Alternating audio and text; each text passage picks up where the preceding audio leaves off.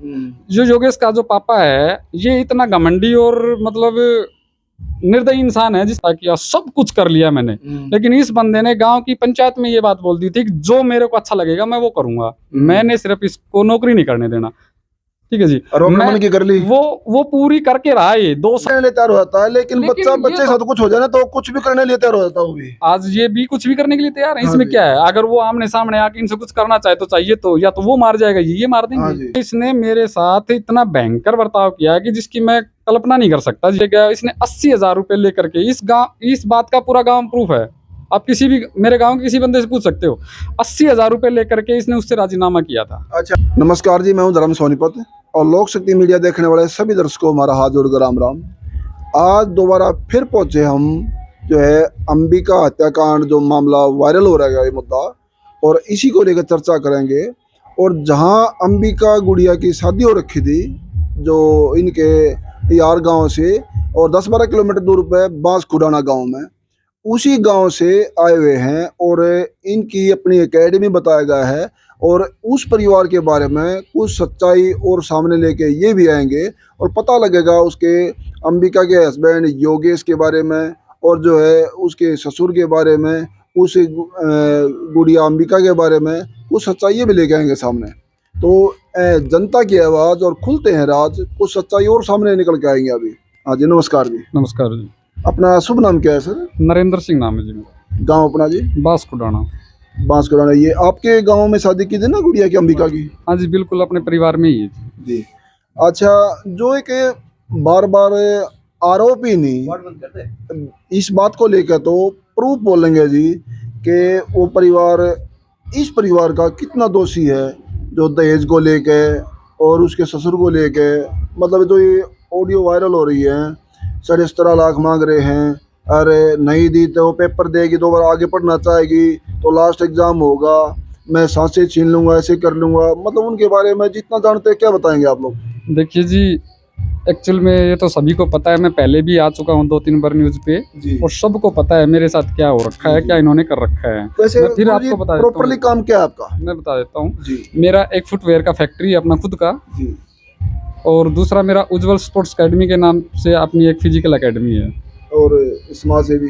समाज सेवी का तो मेरा जो भी काम है, कहीं भी मेरे को जरूरत होती है मैं हर जगह वहाँ पे अवेलेबल रहता हूँ सच्चाई के लिए। जी, जी। ये नहीं है किसी ने गलत काम कर दिया तो वहाँ पे भी नरेंद्र खड़ा मिलेगा, नहीं, नरेंद्र वहाँ मिलेगा नहीं। जैसे पिछली वीडियो में बताया गया, हमने थोड़ा हल्की झलक दिखाई दी सर की, ये समाज सेवी हैं और उसी गांव से बांसकुडाना जहाँ अंबिका की शादी हुई थी। तो सर इनके बारे में बताओ, जो ये दहेज की पीड़ा को लेकर 17.5 लाख का मामला वायरल हो रहा है, योगेश के उसके पिताजी के बारे में कितना कुछ जानते हैं आप लोग? देखिए जी, ये चीज़ें तो मैं आपको बता देता हूँ कि मेरा इनसे करीब 10 साल से आना जाना नहीं है इन लोगों से। जहाँ तक मुझे पता चला है वॉइस से, जी जी। ठीक है, वहाँ तक जहाँ हम जाते हैं गहराई में, आप हर वॉइस आप देख भी सकते हो, जी, हर जी। जगह आपको मिलेगी वो वॉइस।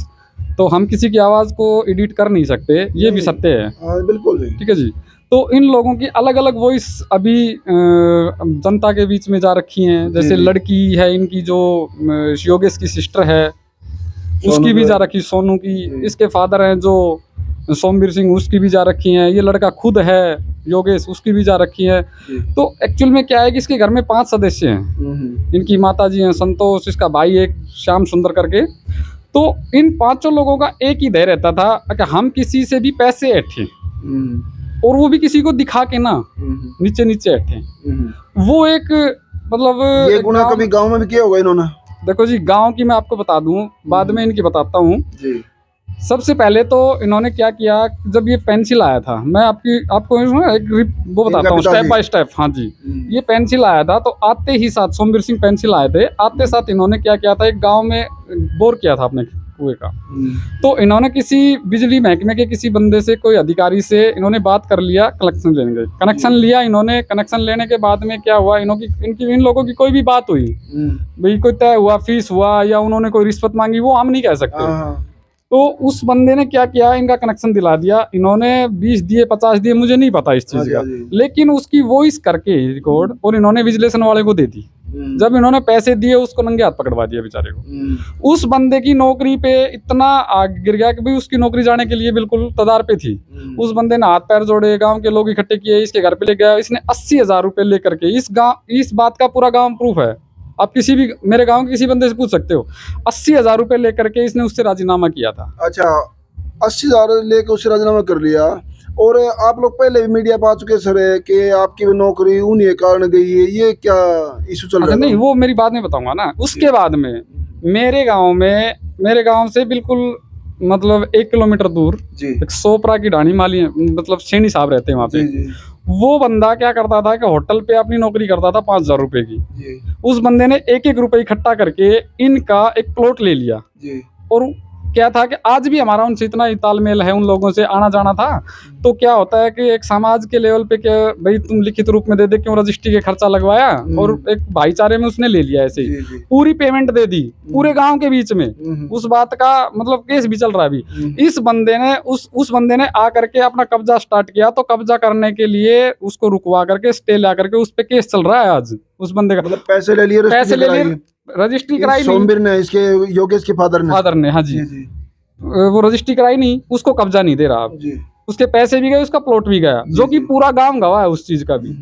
सब कितने लोगों के बीच में उसको पैसे दिए हैं, वो चीज खा गया। उसके बाद में क्या हुआ कि मैं अपना खुद का बता देता हूँ, मेरी खुद फौज की नौकरी इसी बंदे ने छुटाई हुई है। कौन डिपार्टमेंट थे आप लोग? मैं एएमसी में था, आर्मी मेडिकल कोर में। जी जी। तो मैं 2 साल जॉब करके आया हूँ वहाँ पे, सिर्फ इसी की बदौलत से।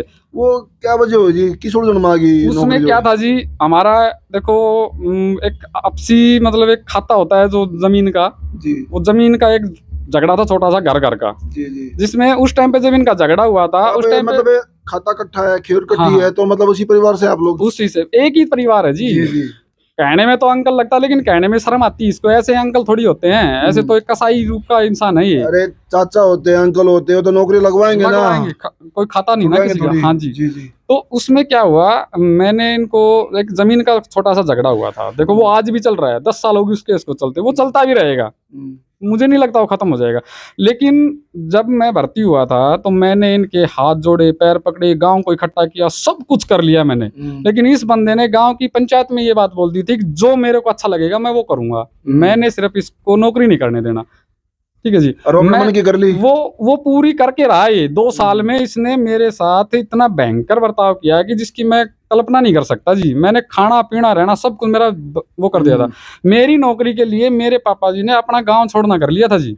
और ये चीज देखो, इनके गुना रिपीट करते रहना आप लोग। ये तो बिजनेस को लेके बोर लगवाया, उससे 80,000 लेके एक गरीब आदमी जो मेहनत मजदूरी करने वाला, 5,000 रुपये सर्विस करने वाला को छोटा मोटा गाँव प्लाट ले लिया, वो प्लाट पर स्टे लेकर दोबारा कब्जा कर लिया, उससे और पैसे लेने की नीयत है।